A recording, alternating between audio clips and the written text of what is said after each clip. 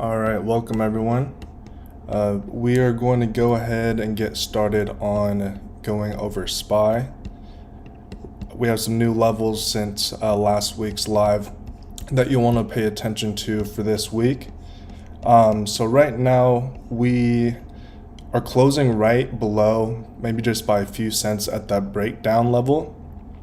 So if we continue to push below and hold below the breakdown level of 428.86, then we're looking at a drop to 422.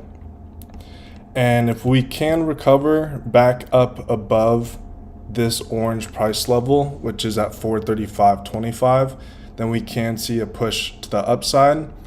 So far, we're definitely favoring more so to the downside. So just keep that in mind. And then from 422, we'd be looking at 415 and then possibly down here right above 410 to fill that gap. And then one other thing I wanted to mention that I brought up in August, middle August, to our Discord group. Let's see, let me pull it up for you guys. There it is.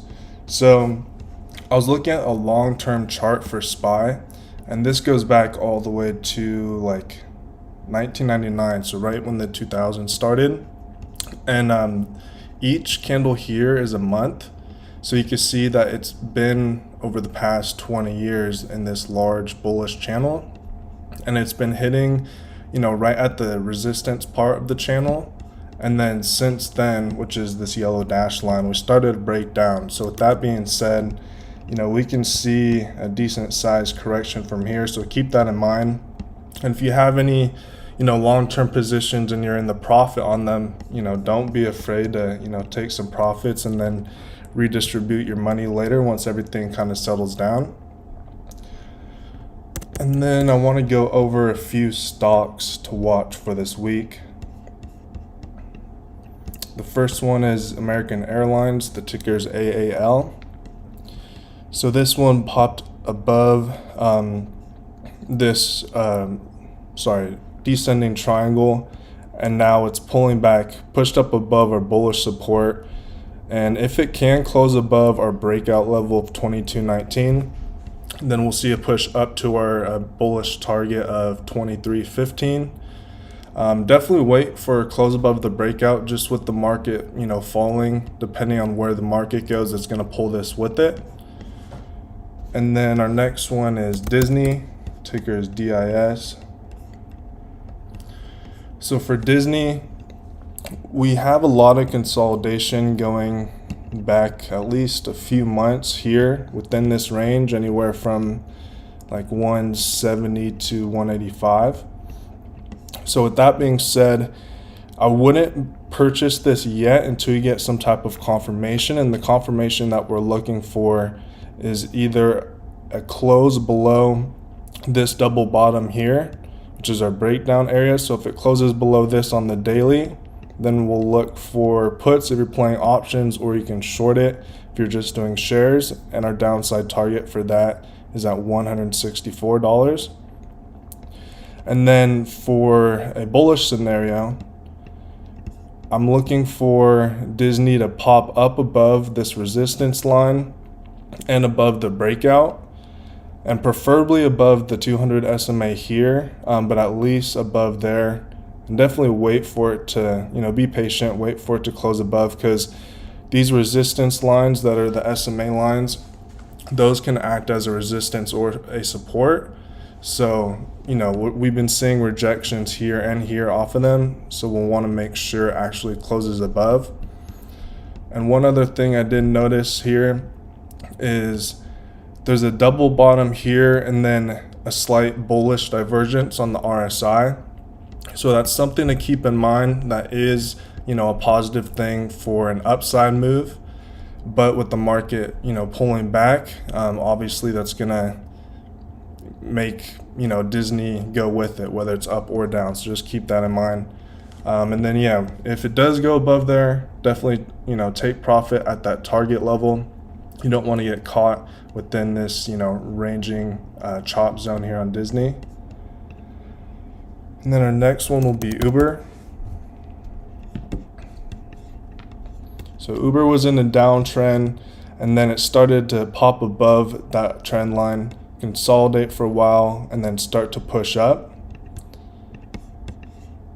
And then right now, we pushed up, pulled back, and we held our strong support level, which is at 43.86. And it pushed up on Friday, and it looked good for a potential breakout, and then the market pulled it back. So we're sitting right at that 100 SMA. And with this one here, if it closes above the breakout level 47 and 43 cents, then it looks good for a run up to 49.97, right under the $50 level. And then for the bearish scenario,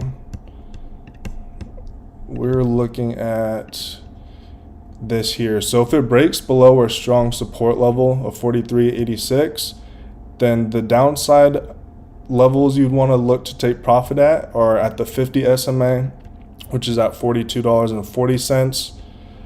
Our first target here is at 41.32, and then potentially down at this previous low, which is at $38 and some change. But keep in mind that there is a gap here.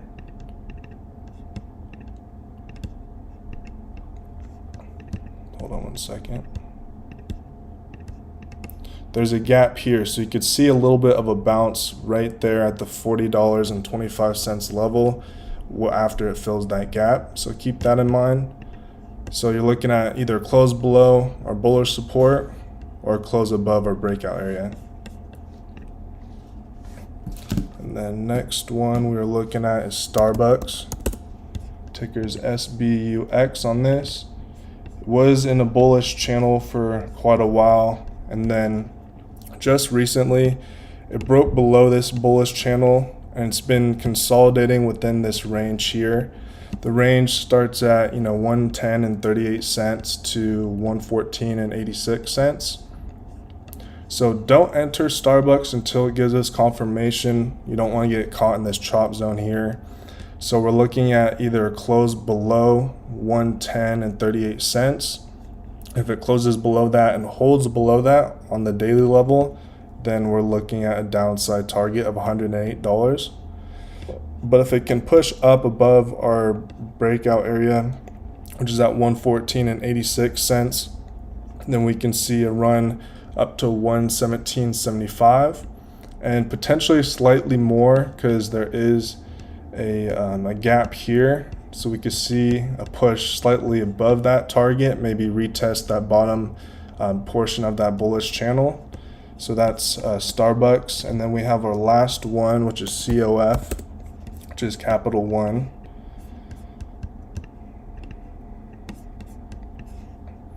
So Capital One, it's been rejecting off of this trend line, which has been a resistance.